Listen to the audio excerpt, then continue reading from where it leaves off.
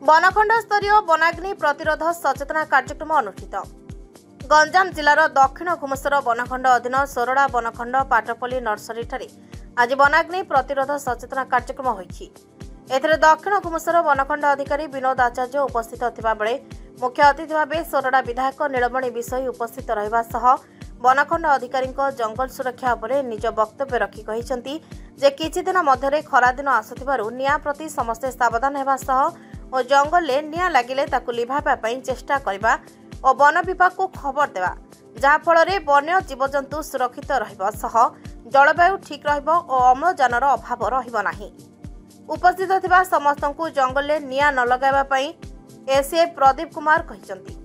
सोरडा और बड़गड़ रेंजर सोरडा ऋषिकुल्या महाविद्यालयर अध्यक्ष अग्निशम विभाग अधिकारी उपस्थित रहिबा सह छात्र छात्री माने और स्थानीय लोक मानकु नै सचेतना कार्यक्रम होइतला। आज ए वर्षर वनाग्नि दमन पाई एटा सचेतनता शिविर आयोजन करा हैतला। एथिरे हमर स्थानीय विधायक महोदय मुख्य आकर्षण थिले। ता सहित हमर विभिन्न विभाग आस्थिबा अधिकारी माने मते शामिल हेतिले। हमर एठिकार जो माने छात्र छात्री हमर VSS रो विभिन्न VSS रो आछन सब तांकर सदस्यगण छोट छोट पिला माने एवं ए अंचलर बुद्धिजीवी मध्य एथिरे शामिल हेतिले। समस्त को आम बार्ता देइतिलो जे केमती जंगल को निया दारू रक्षा करवा केमती समस्ते सचेतन हेले बेलू बेल ये जंगल निया जो प्रकार व्यापुची बा जंगल जो निया होची सेटा कमी जीवो आ ता सहित परिवेश आम वन्य जंतु सुरक्षित रहिबे। धन्यवाद।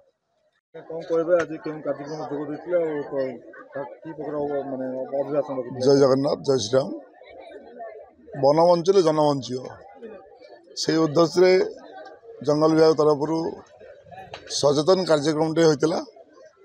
तेणु मत अतिथि भाव डक जाता। तेणु आज पहुँचती टे विलंबर देखु जो पल्यूसन बढ़ी रोकने जंगल आवश्यकता अच्छी। वर्षार कमी अच्छी जंगल जो पर्यंत बढ़ ना से पर्यंत समाज मानव जीवन बचारे कौटी ना कौटी कष्ट हम।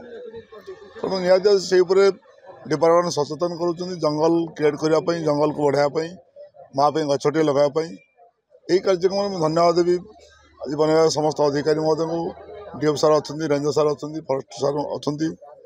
तो बड़ जिन जोटी समाज जनता सचेतन हो पार ना से समाज में कौटी ना कौटी क्षति हो कृषक रो या जंगल जमीन हो या जल हो।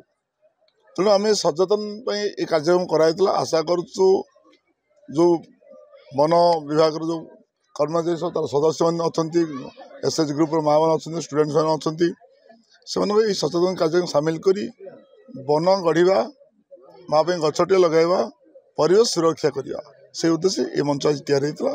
धन्यवाद समस्त को समस्त जोग देते। जय हिंद, जय जगन्नाथ, भारत माता की।